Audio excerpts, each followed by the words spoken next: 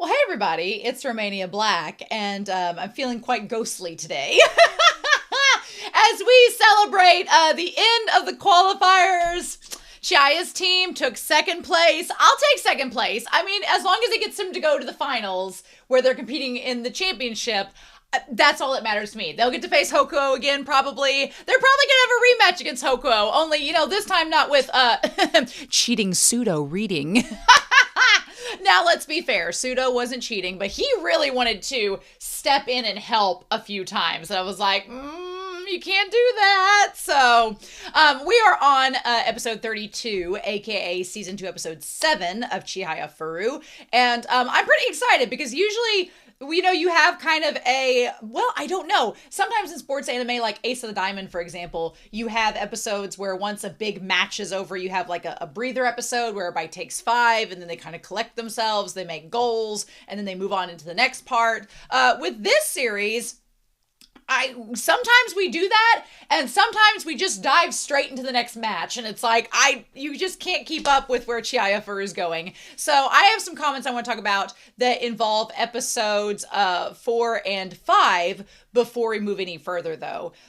With episode 4, Sume Tai 934 says Taichi whispering all the remaining verses in his head is my favorite scene of episode 4. Pretty good Miyano Mamoru ASMR content, too. Look, Miyano Mamoru is one of my favorite voice actors. I would listen to ASMR from him or Suda any day. Any day, I would listen to it. Or Suabe. Suabe ASMR. That'd be pretty good, too. So, thank you for that comment. Ringiokus for episode 4 says, Arata's pink cell phone. Now, to clarify, I normally don't want manga information, especially if stuff's going to pop up later on, but the mods approved this because they're like, you're never going to know about it otherwise. And I was like, okay. Said, Arata's pink cell phone is iconic, and the anime didn't animate it in the first season, but the manga explains why. Basically, Arata asked his mom for a cell phone, and she liked the pink one and just bought it. Then she went to Arata's job place to ask him for the money for the cell phone. Can we have a moment? Can we have a moment to not only be like Arata being so grateful for a cell phone and not giving a shit about the color of it? Iconic. Love. But also the wage disparity between, you have Taichi, for example. Taichi is the pretty boy who has literally had everything handed to him on a silver platter. His family's loaded. He wants for nothing. He can just go to expensive Kuruda tournaments on his own dime because he has time to do it. Then you have Arata, who not only has to work a part-time job alongside Kuruda, but not only does he settle for whatever cell phone his parents picked out because he had to work and they had to go get it for him, but then he had to pay the parents back. It wasn't just like the parents bought a pink cell phone. He was like, oh, thanks, folks, for getting me this cell phone. Pink's fine. You paid for it. He had to pay for it himself, and he still did not complain about the color. I am an Arata stan through and through. Like, that man impresses me more with every little factoid we get on him. So good for Arata. Kudos to him. In this economy, good for him. Now, Furunoda had a lot to say about the poem for episode 4, so we need to dive into that. Our friend from the Reddit posts has a lot to say about this poem, and it's apt considering how Taichi-focused this episode was. The poem of the day is Feel Love Deepen. It is poem 11, written by Ono no Takamura, one of the premier poets of his time, particularly with Chinese poetry, which was very popular in that era. For his talent with Chinese, Takamura was selected to be part of the 837 embassy to Tang Dynasty China. Such trips were incredibly perilous because Japanese ships were not designed to cross the deep sea and withstand frequent typhoons. Plus, ambassadors had to stay for 10 plus years at a time, and some never returned from China at all, as we see in poem 7. It was probably for these reasons and more that Takamura refused to go, but as punishment, he was exiled to Oki Island and sent this poem back home as he headed for exile. Interesting. Wikipedia explains in 834, Takamura was appointed to Kintoshi, but in 838, after a quarrel with the envoy, Fujiwara no Sune Tsugo, he gave up his professional duties pretending to be ill and attracted the ire of the retired Emperor Saga, who sent him to Oki province. Within 2 years, he regained the graces of the court and returned to the capital, where he was promoted to Sangi. Oki Island is described as where Emperor Gotoba was exiled centuries later and stayed there for 20 years before he died. It is a lonely island, facing the cold, windy Japan Sea and East Sea, and far removed from the court. Noble-born members of the court were often exiled here for some length of time until they either died or the reigning emperor granted clemency. Fortunately, Takamura was pardoned a year later, though, and allowed to return home. Mostow translates the poem as, "Oh, tell her, at least, that I've rowed out heading towards the innumerable isles of the ocean's wide plain, you fishing boats of the sea folk." And given that it was written as he was exiled, Takamura's poem conveys a sense of loneliness and uncertainty of his exile through the juxtaposition of the innumerable isles and ocean's wide plain against his solitary journey. Takamura also uses a Gijinka or Gijinho personification, telling the fishing boats to deliver his message to his loved one. Taichi's Karuta journey, despite being surrounded by friends, isn't always an easy one. His closest friends are Arata and Chihaya, both incredibly talented individuals, while he himself finds himself rather pedestrian. Thinking of them constantly leaves him all at sea, unsure of himself and afraid of being left behind. In a way, being around the brightest stars is kind of isolating for someone who doesn't shine quite as bright. And I find that so fascinating because people will argue with me.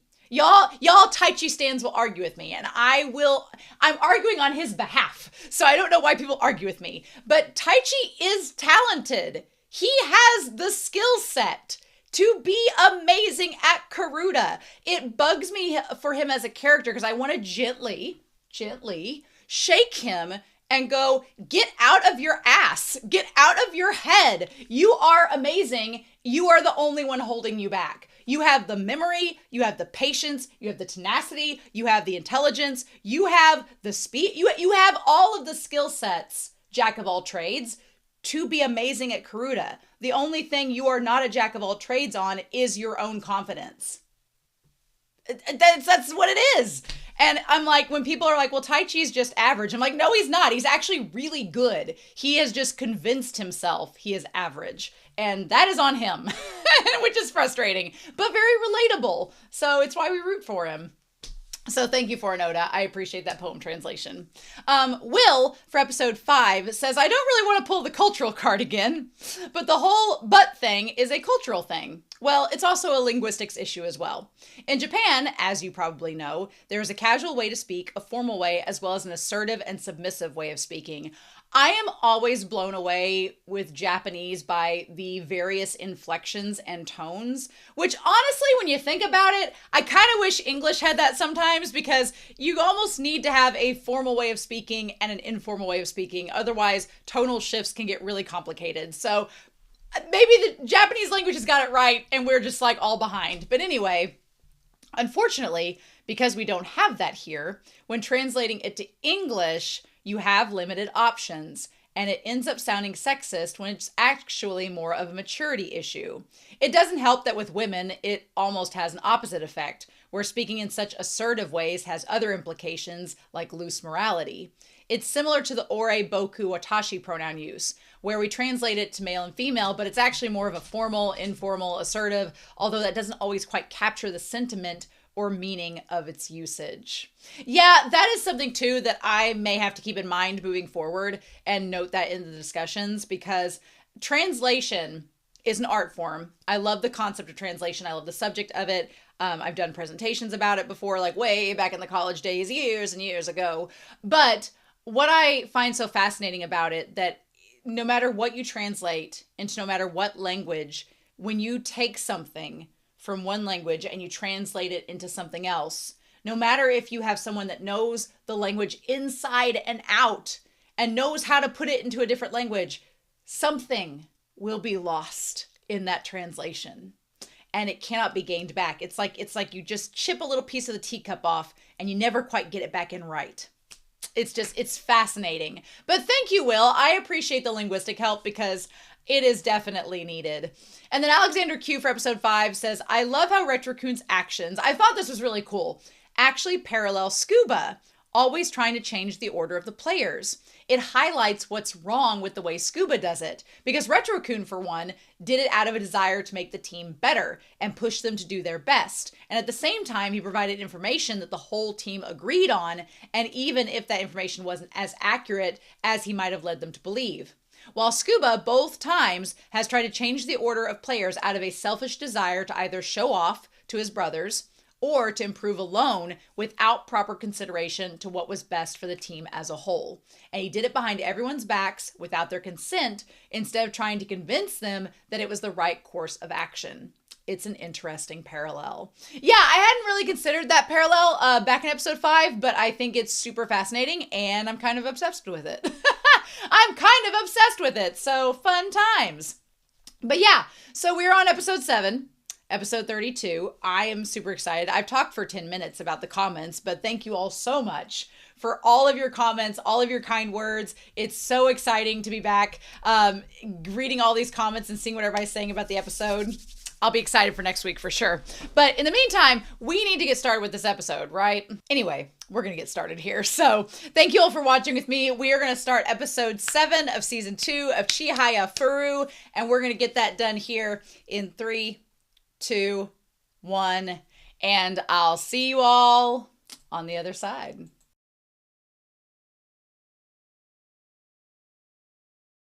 Oh, this was a good episode.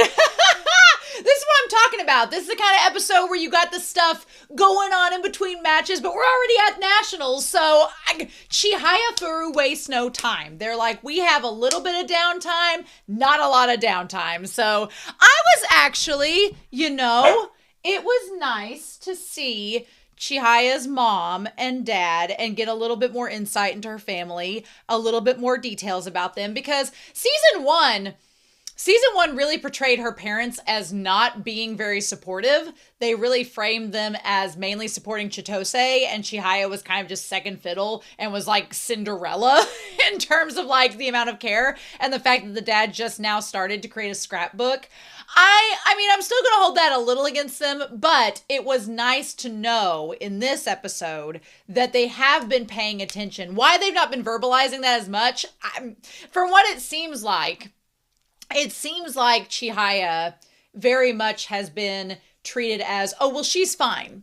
She's got Karuta. She's a go-getter. She's always optimistic. She's always on top of everything. She'll be fine. It's the sister we have to coddle because she's the one that's a lot more delicate than Chihaya. She's the one that is questioning her line of business and is giving up. It almost feels like Chitose needs a lot more positive reinforcement to be motivated, whereas Chihaya kind of self-motivates. Chihaya is the one that's trying to motivate everybody else because she's her own hype woman, whereas Chitose, maybe the parents just felt like they needed to help her more because they thought she wasn't going to be able to handle it like Chihaya's handling it. That's what it seems to be. So I like that we're getting this dynamic kind of fleshed out a little bit, whereas in season 1 it was like, man, Chihaya's parents and Taichi's parents are kind of like not the best. Here we see that her parents are being supportive and they are helpful. They're just more focused on kind of coddling Chitose because Chitose needs more care in their mind than Chihaya, who they are like, oh, she's fine. Now, does that excuse them kind of ignoring her? I mean, to an extent, no, because even if you assume someone's doing well, that doesn't mean you just ignore them, but they weren't ignoring her, so I'm glad that it worked out. I'm glad we've learned some things about them. I wanted to go back and see what the emails were that she was getting. So Chitose was getting these emails. I wanted to see what exactly she was getting when we started this out. My dog's like at my feet, like, pet me. Okay, so honest opinion of Ayase Chitose, she should really quit dramas. She should just be a model. Is she getting too old for teen magazines? She's not tall enough to model. The drama was just bad. I couldn't cry over her acting. Was she really taking in the scene? Her acting sucks. She hasn't even been in quiz shows lately. Is she getting less work? Are they realizing they can't use her? What will she do now? She should study hard and get a job. Ooh. Maybe she's too dumb to study. Guess just good looking isn't enough. She should have tried to be good at other things and not just looks. If she keeps this up, she'll just be half-assed at everything. What will she do? Girl, you cannot read that. But I know it is so tempting. If I told you all, I don't get them a lot, which I'm very glad. Mostly people on my channel are very nice and very kind. I occasionally get like some random trolls that just stop by and they're like, why are you talking loudly instead of just being quiet while the show is playing? And I'm like, because it's a reaction channel, dumbass. like, I'm like, go, if you want to go watch it, you freeloader, go pay for the subscription like me and everybody else, you know? So, but it's very easy to let comments kind of get you down. It's so easy. And I don't blame Chitose for feeling insecure. And I feel for Chitose for feeling insecure. And I feel that she has every right to be disgruntled and, you know, question like, is this dream going to work out? Do I need to just study and like get a job or whatever? Like, I get that. The only thing that I get mad at Chitose for is that her sister Chihaya is so supportive of Chitose and has been supportive since day one, since episode 1. She's been like, yeah, sister, you can do it. You're going to be a model. It's going to be amazing. And I feel that while Chitose's parents do believe in their daughter, I feel like a lot of times they are just kind of being like, yeah, you can do it, because they're wanting to like bring her up and cheer her on and motivate her.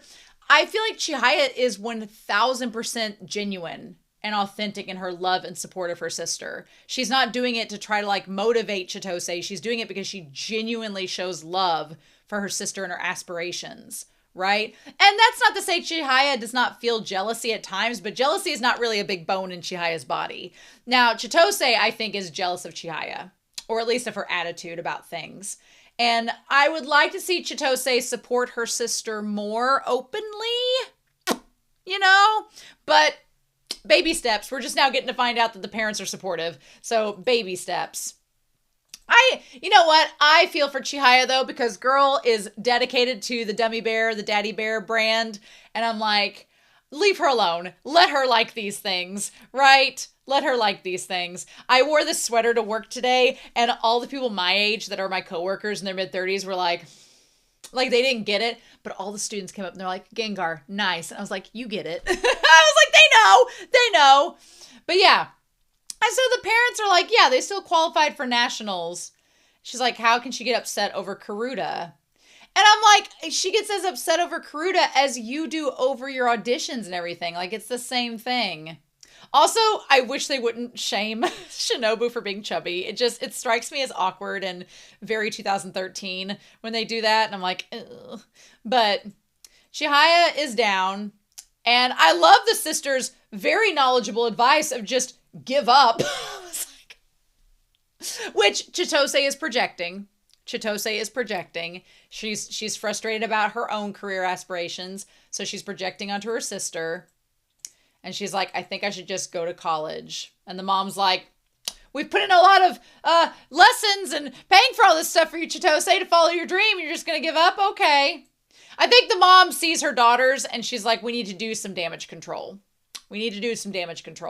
She's like, they're like, Chitose, I feel like maybe the mom, and maybe it's possible that the sister gets motivated from Chihaya as well. And when Chitose saw that Chihaya was being a little bit down in the dumps, it was making her down in the dumps. So maybe the parents are like, well, if Chihaya's doing all right, maybe it'll get Chitose motivated to get back in the groove as well. And it kind of worked. It kind of did that. It got her back in the groove. They got Chihaya all riled back up and practicing, and it motivated Chitose. So maybe they've been just coddling Chitose this entire time because they knew that she needed it and Chihaya did not. I don't know. But what's interesting here is Chihaya is talking about the match and said it was a team match, not an individual match. But if she had been around when Dr. Harada was talking to Taichi, she would know that Dr. Harada said that all team matches are individual matches. So she apparently needed to hear that conversation. My loss was our loss, which is what she means by that. And I feel for Chihaya because it's good to see that Chihaya, you know, a lot of people in this series paint Chihaya as being simple, but girl is not simple. She put on a good face at the tournament, but at home she's clearly upset about losing and is wanting to get better so she can face Shinobu. And she knows if she can't beat the kid that lost to Shinobu, she's probably not going to beat Shinobu. So Okay, this literature teacher, he needs to retire. He's like sniffing into his tissue. He's probably 70. I'm like, my dude, if you were in the US, would be like, okay, take that pension and go. This episode is called They All Exchange Hellos and Goodbyes at the Famous Gates of Afusaka. I can't wait to hear the translation, but it makes me think of the idea of the music group coming and wishing them farewell and good luck at the tournament and all that. And, you know, the coming and goings of being at the gates. It's another passage of time. We're a year. I can't believe it's been in this show a year since we've been at these matches. It will be next episode like a whole year since Chihaya fainted and all of that. So time moves quickly in the world of Chihayafuru. So as he's going over this literature, he says that anybody that scores less than a 70 has to write 20 poems, which, you know what? On the surface, it's the sports anime trope of someone's grades being down and it causing extra work for them before their big match. But you know what I thought of by the end of this episode? Because Chihaya has to write the 20 verses for the 20 poems.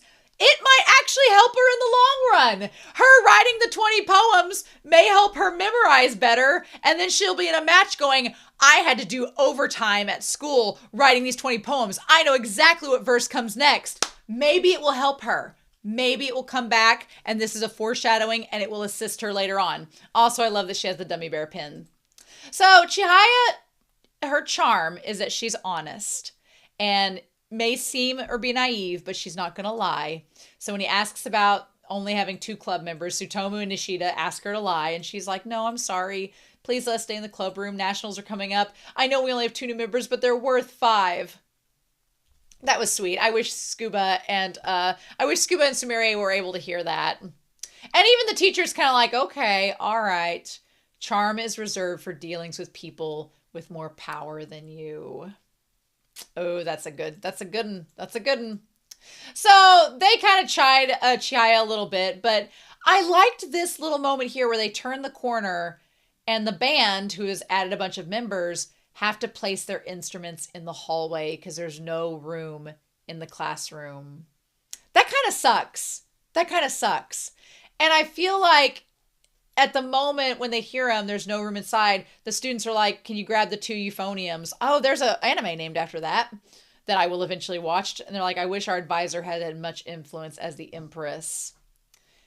And they're like, don't just stand around. Prelims are next week. This is the year we make it to nationals. I feel like that moment, Chihaya was like, oh, we're not the only competitive team on campus that's not baseball. I don't know if they have a basketball team, but it seems like they have a baseball team. But I feel like Chihaya's like, we're not the only ones working to get to a national tournament. This music club is doing the exact same thing.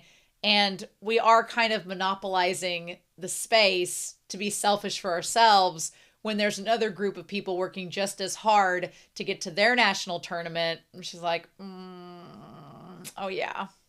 So yeah, it's just, I feel for them, right? You feel for them. And so I feel like Chihaya is just too nice of a person. So she wants the band to be able to use the second floor. And she's like, well, you practice with the windows closed and there's no air conditioning. And then, you know, there's going to be noise and everything. And she's like, that's true. But we could at least let them use the space for storage. And she's like, well, there's no one putting pressure on you to do this. And I love the band teacher sitting there sweating like, what? We might actually get room on the second floor. I love Chihaya. With Chihaya, you know, they make fun of her because they're like, oh, you're trying to max out your karma and get good luck. But honestly, you know what? Universal karma, it comes back. If you are kind to the universe will be kind back to you in ways, you know, maybe unspoken ways, but this is a great example of that. She's like, you know, the concert band's having a hard time, so it'd be selfish to only think about our interests. And everybody on the team, at first the teacher's like, Ayase's being considerate. This is a golden age for a teacher like me to think. And she's like, actually, I thought during our match, and they're like, oh no. She's like, you know, we'll definitely run into situations. And they're like, the extent of our captain's greed. She's like, where if we're nice to other clubs, we'll get that niceness back. And they're like, it always, I love Taichi's face during that moment where he's like, it always comes back to Karuta. Taichi, you should realize by now that your crush is Karuta sexual. You just need to accept that. Move on. I like they're like, Ayase is a fascinating girl. I can't tell if she's innocent or calculating. She's both. I feel like she's both. I feel like Chihaya is very innocent, but she's innocent in her calculations. She has plans. They're naive and innocent plans. And then, okay, I want to talk about this line. The literature teacher, he says, personally, I think she's a gambler at heart. She's a gambler at heart. And he explains, and she's like, well, that's absurd. He's like, it's not easy to admit that in the end. But you can't always influence the results of a match. You've got to take gambles. And what I thought about the moment he said that was back way early on in season 1 when Arata was telling Taichi, he's like, you need to be a better gambler. You don't gamble. And I didn't bring Whiteboard Kun out for this episode because really this was maybe the only part I would use Whiteboard Kun on, in all honesty. But it was like, Arata told Taichi, he's like, you need to become a gambler. You need to be able to set aside the overthinking, set aside second guessing yourself, and just take a risk, take a chance, and it will benefit you. Chihaya's a gambler. Taichi, if you want to have a chance with Chihaya, you got to take some risks and you got to gamble, son. And I made that joke in the ED where, you know, the meme where it's the stick, the cartoon, and he's got a stick and he's poking it going, come on, do something. That's what I want to tell Taichi. I want to tell Taichi that all the time. I'm like, if you love Chihaya, tell her.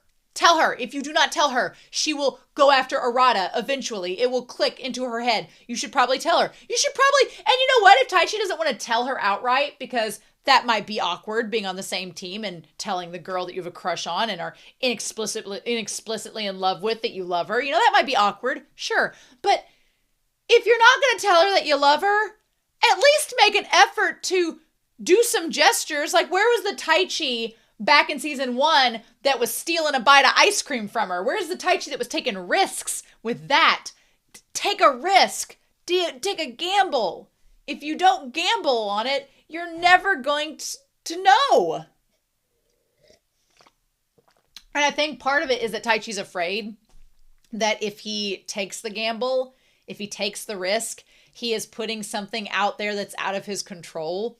And Taichi, who has not had, you know, a lot of control in what he wants, is like, he tries to keep control over things that he can gravitate towards. And if he puts out there that he likes Chihaya and she rejects him, he won't know what to do.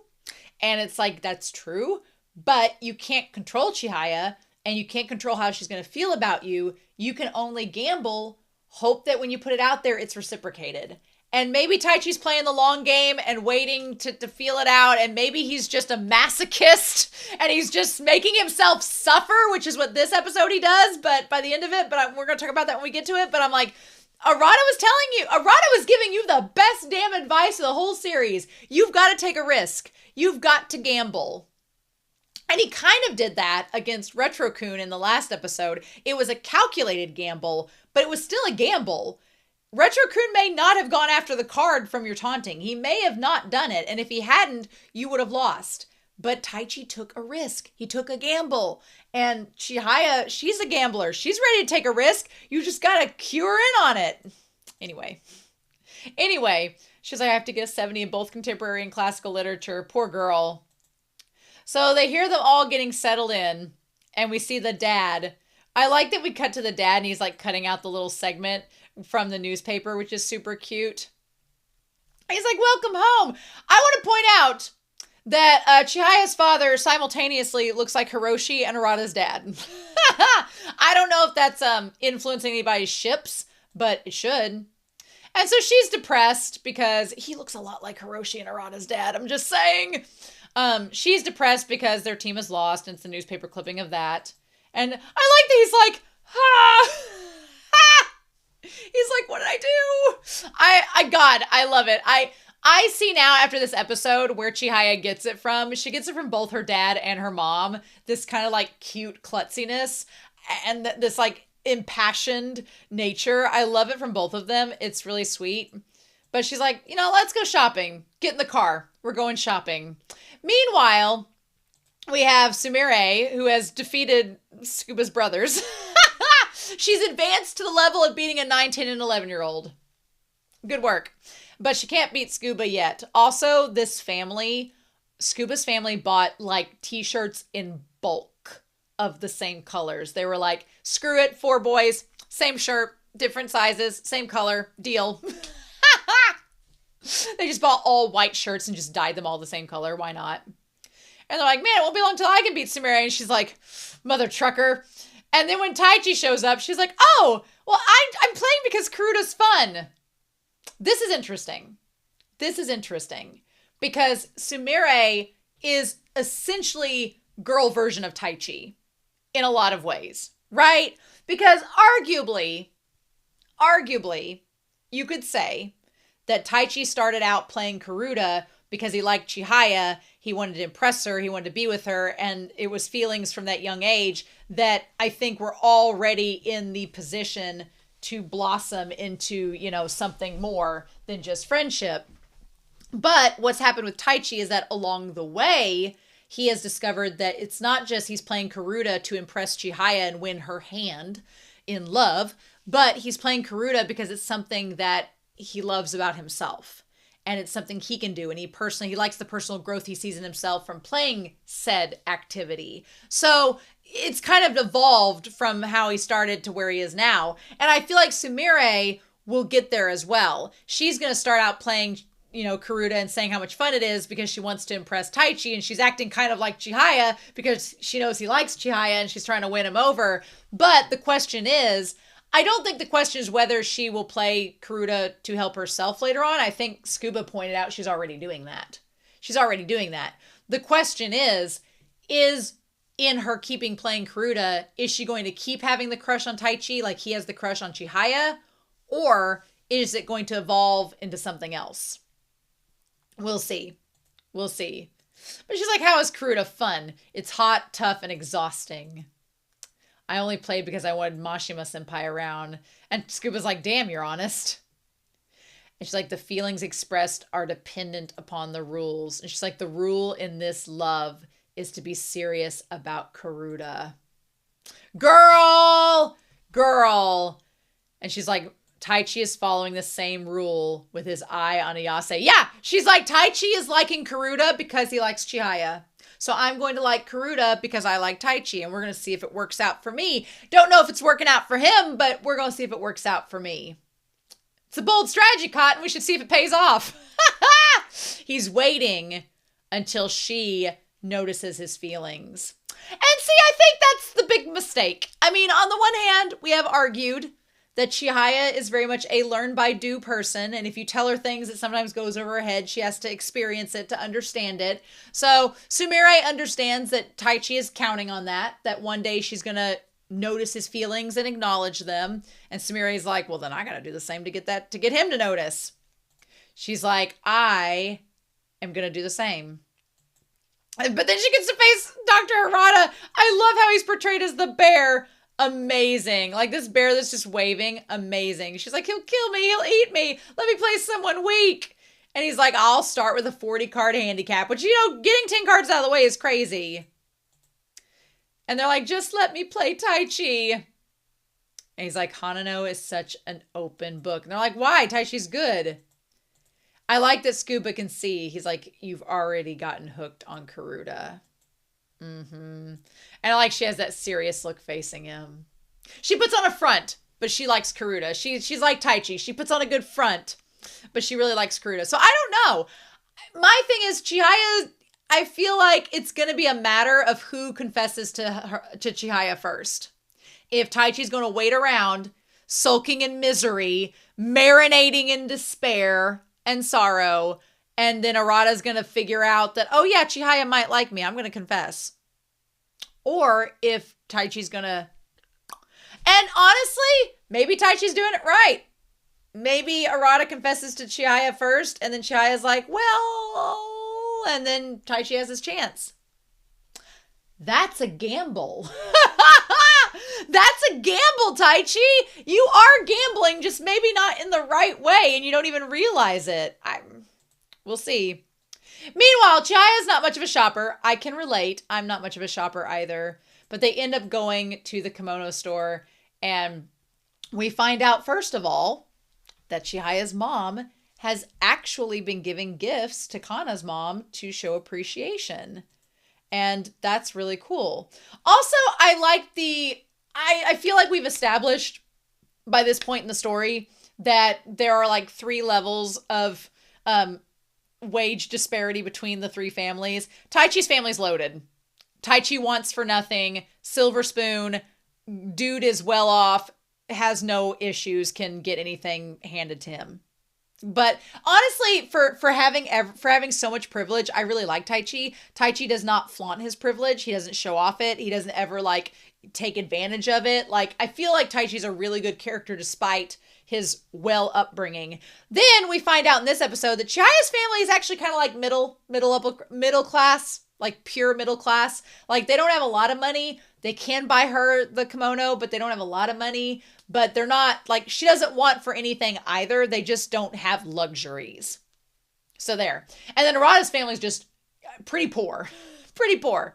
They're not the most, you know, the fact that Arata had to pay for his own cell phone. I mean, I do see the fire in Chihaya's mom that I see in Chihaya, and it's really interesting. I'm like, okay, I see where she kind of gets it from. I like Chihaya's hakama. I like it. I just feel like she looks so pretty in red with the red maple leaves, or the, like, if there were cherry blossoms on red. I feel like that's her style. And maybe the one they went and looked at is more like that. Like, I feel like red is her color because it's the Tatsuya River and everything. And it's the red, you know, I feel like that's her color. I want to see like a red kimono with like pink cherry blossoms over it and the blue at the bottom. I feel like that would be beautiful.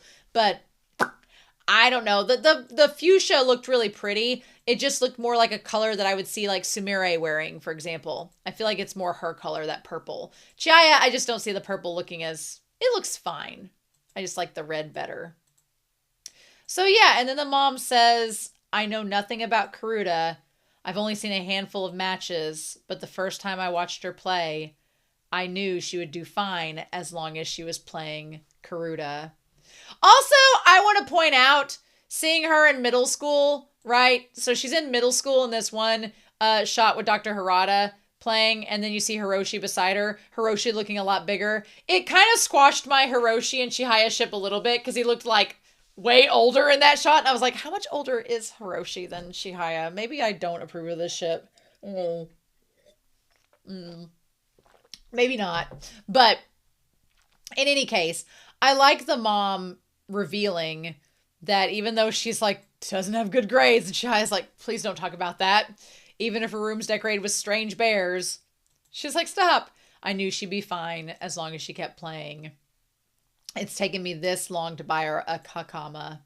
I felt bad about ignoring her after all this time. And I'm like, okay, good. That makes me feel better. I like the mom acknowledging it to Chihaya's face, that she's not given her the proper devotion that they've been giving her sister, and they should have done this a long time ago. Like, I like that. I'm happy with that. I think that's nice. That makes up for a lot from season 1, where I'm like, okay, we're getting somewhere. And I like Chihaya saying, you weren't ignoring me. You know, you believed in Karuta. She's like, you let me keep playing. It's fine. And I like that. I like that we get a little bit between the two. And I like that Kana's mom and her have this moment. And I love this line. It's very difficult and important to give children space to grow. Like, let them fail, let them grow, let them win, let them fail, let them cry it out, let them work through their problems, let them have space to breathe. I mean, there's a fine line between giving them space to breathe and neglect.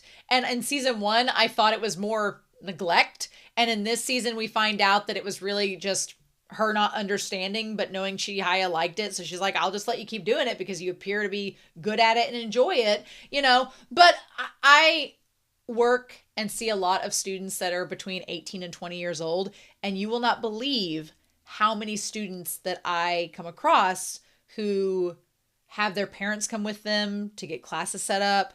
They're in college and their parents are there. And it's okay because, I mean, my parents didn't go to college. So the first time I got the class set up, my mother came with me all the time to make sure that I understood things. And that's fine. But these are parents that, like, speak on behalf of their kids.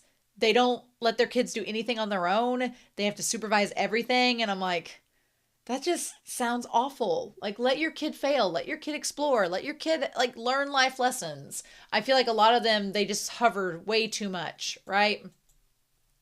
And so I was like, Mom, you didn't have to do this. And she's like, well, it's fine. I want you to be able to play. And they show her like, presumably in a queen match wearing that kimono. And she's like, well, you may have forgotten, but we have to pay for travel and lodging when I go to nationals. She's like, this is the best time to buy a hakama. I like the mom has the same face. So, I mean, that is rough. They have to pay their own way.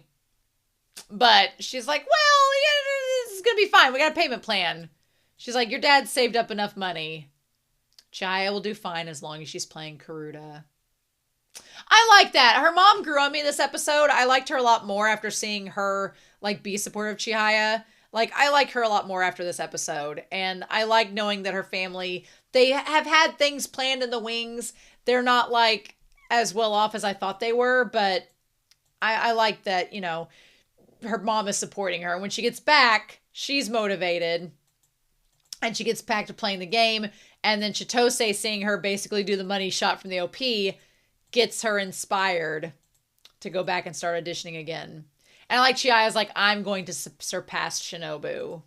Love it. You're a fool to try so hard at Karuta. But then she dumps the study guide book in the bin and calls about the auditions. Love it.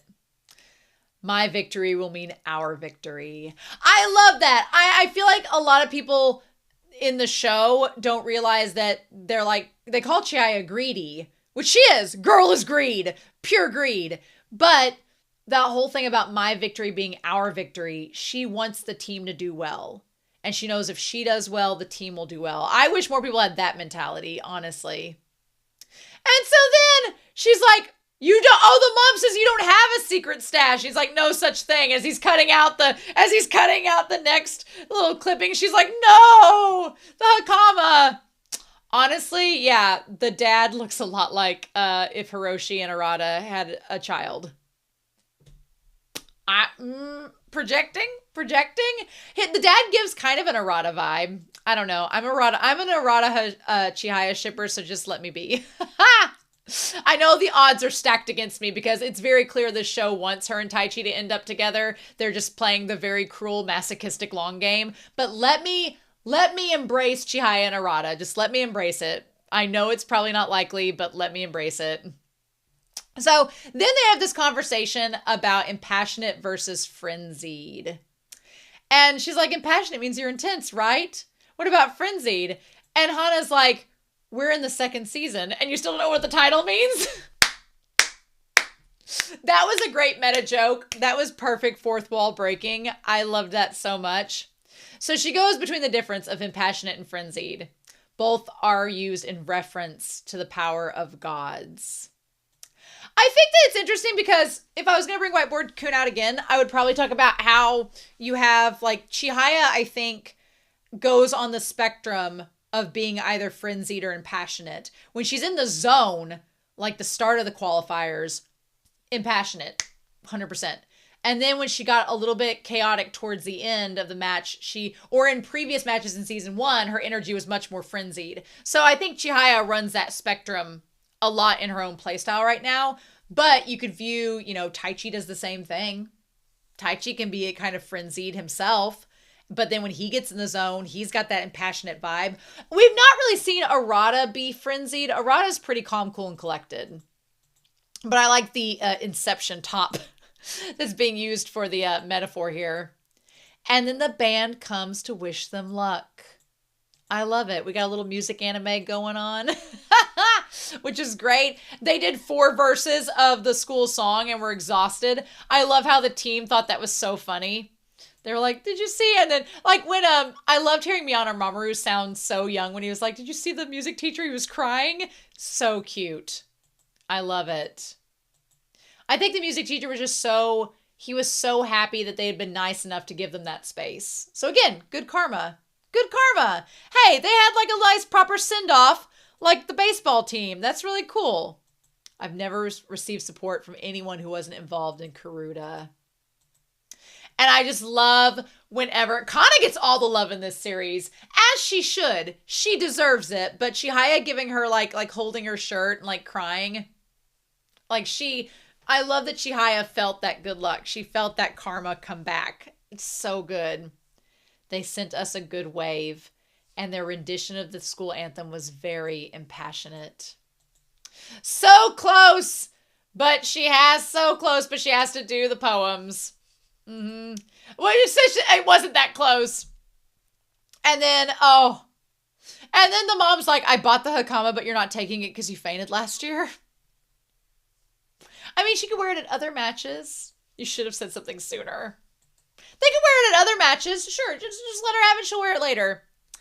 And then I love she's got her dummy bear. She's like, this time we won't lose a single match on our way to become the #1 in Japan. Girl, don't jinx it. So they make it to the hotel. I will be honest. Sumire cracked me up being like, I brought all this underwear because you never know what might happen. Sure, Jan. I'm going to wear my makeup to bed because you never know what might happen. Sure, Dolly. sure, Dolly Parton. Dolly Parton, like, infamously wears her makeup to bed or, like, doesn't let her husband see her makeup. I could not wear my makeup to bed because, nope, I would feel so gross the next day. No. Get that exfoliator on. I love the Empress is like, nothing's going to happen. That's how I am when I'm coaching at a tournament. I'm like, nothing's going to happen. Luckily, in the years that I've been coaching, none of the team members that I've been coaching have been dating. Thank God. I don't want to deal with that. I'm like, no, thank you. So there was a guy and girl on the team when I competed that they were dating and they were trying to hide it from the coaches. The coaches knew. They knew, but they were trying to hide it. It was like, ugh. Although I do like Samire's little badger face, and she's got like her head in the pillow. We're on a trip. I love her struggle kick. Struggle kick is so fun. And she's like, I only get to take a bath, sleep, and play Karuta. I mean, yes, the team that I coached gets mad at me sometimes. They're like, you mean we're just going to this hotel and bathing and sleeping and doing speeches? And I'm like, yes, we're here to win. So yeah. But then she's like, I was wanting to ask you, is there anyone you like? I like the Kana's just like, the tea! Kana's like, oh, out in the open right now, straight up. Is there anyone you think about when you're alone at night?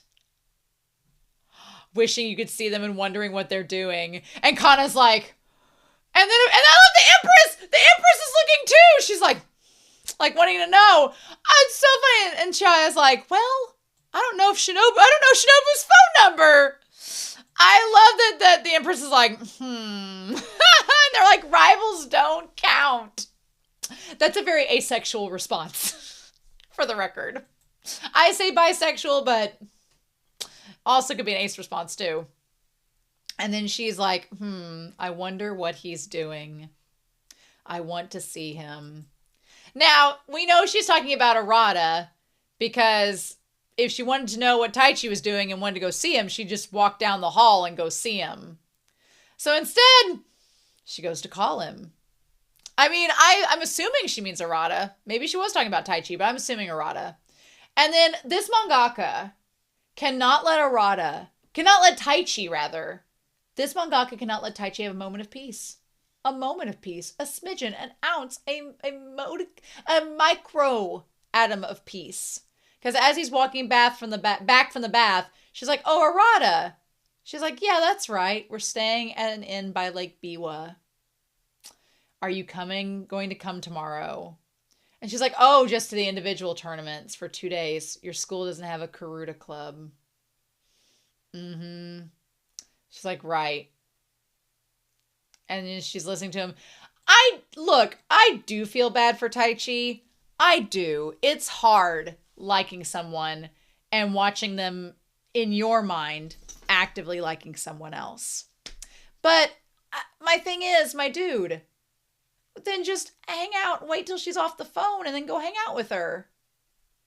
Just, Chihaya, you think you know Chihaya like the back of your hand. You have to know this girl is pretty dense when it comes to whether or not people like her. You saw that with the boyfriend, the guy that was trying to be your boyfriend at the train station. You know that she's naive about that, and she doesn't know. If that is the case, Just ask her if she likes Arata. But you know he doesn't want to do that because he doesn't want to have the answer be, yes, I do. But then I'm like, if you don't want that answer, actively try to win her affection. If it matters that much to you, quit sulking and do something. So maybe since Arata's not going to be there till the individuals match, maybe he's going to try to pull a move after the team matches are over. I don't know. Maybe. We'll see. But he also just gets sad and mopes away, further torturing himself. Meanwhile, Arata's at his like little singular desk. She's like, you should have started a Karuta club. You should have started a team. And he's like, I'm not interested in team tournaments. I'm only interested in the individual ones. I want to win the individual tournament. And she's like, oh my God, me too. She's like, I plan to win the individual tournament too. And he's like, well, Shinobu. He's like, it won't be easy to win both. He's like, well, Wakamiya Shinobu's going to be there. And she's like, I'll beat Shinobu-chan. And he's like, I heard she lost a ton of weight. And she's like, she's an enigma. I am so with you. There is no, I don't know a healthy way in a few months you can shed 22 pounds. I don't know a healthy way that you can do that. So I hope Shinobu's okay. As someone that's had an eating disorder, hope you're healthy, girl, because there's not a lot of healthy ways to shed that much weight that fast. Sorry, that is not realistic. I hope you're healthy, girl. No. So, yeah. And then she's like, I'll still win. See, if Taichi had stuck around, he could have been there to give her like a little hug or something, or a pep talk to make her feel better when he saw her like crouched on the ground. And she sees all three of them in the snow back in that moment as kids, with the two of them chasing her. What a metaphor. Although Arata, I don't think knows that she likes him. I think he's just like, okay. But he does know that she's not dating Taichi. So there's that. The High School National Ogura 100 Poets Karuta Championship has begun. Yep. So, and that's the credits. Oh, come on, Taichi. Come on, quit being mopey. If you like her, either let her go or love her. Let her go or let her know. That's my view on it. If you like somebody, either let them know, take a gamble, hope that they reciprocate, or let them go.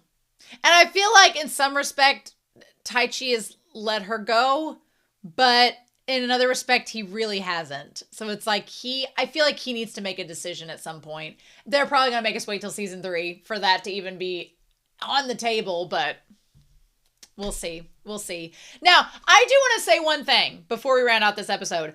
I am aware that the anime is 3 seasons, and I think there's a movie or an OVA stuff in between there or something. The mods have it planned out for me, so don't worry. I know that the manga extends past season 3. I know that there is enough manga to make a season 4. The only reason I know that is because ProZD, who is a voice actor and a YouTube personality that I really like, and I watch a lot of his videos, has made note of that they should make a season 4 of Chihayafuru. When I was at an anime convention back in May, he was like, when I started this series back in May, he did a Q&A session and somebody was like, Chihayafuru, and he loves Chihayafuru too. And I was like, man of culture. And so he was like, yeah, they should really do season 4, just adapt the rest of the manga. And I was like, okay. So I know that there is enough material that if they did a season 4, they could probably adapt the rest of it.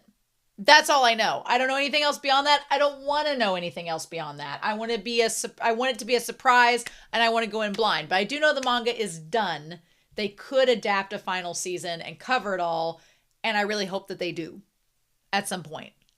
So there we are. Anyway, so yeah, I'm excited. We're going to be starting the tournaments next week. The national championship's already here, which is super exciting. It's episode 8 next week, which is my lucky number. So how could we not be happy? So anyway, I hope you all have enjoyed this reaction discussion. I'm curious to know your thoughts down below, but I hope you all also have a wonderful week. Please stay safe, take care, and yeah, I'll be back very soon with more Chihayafuru.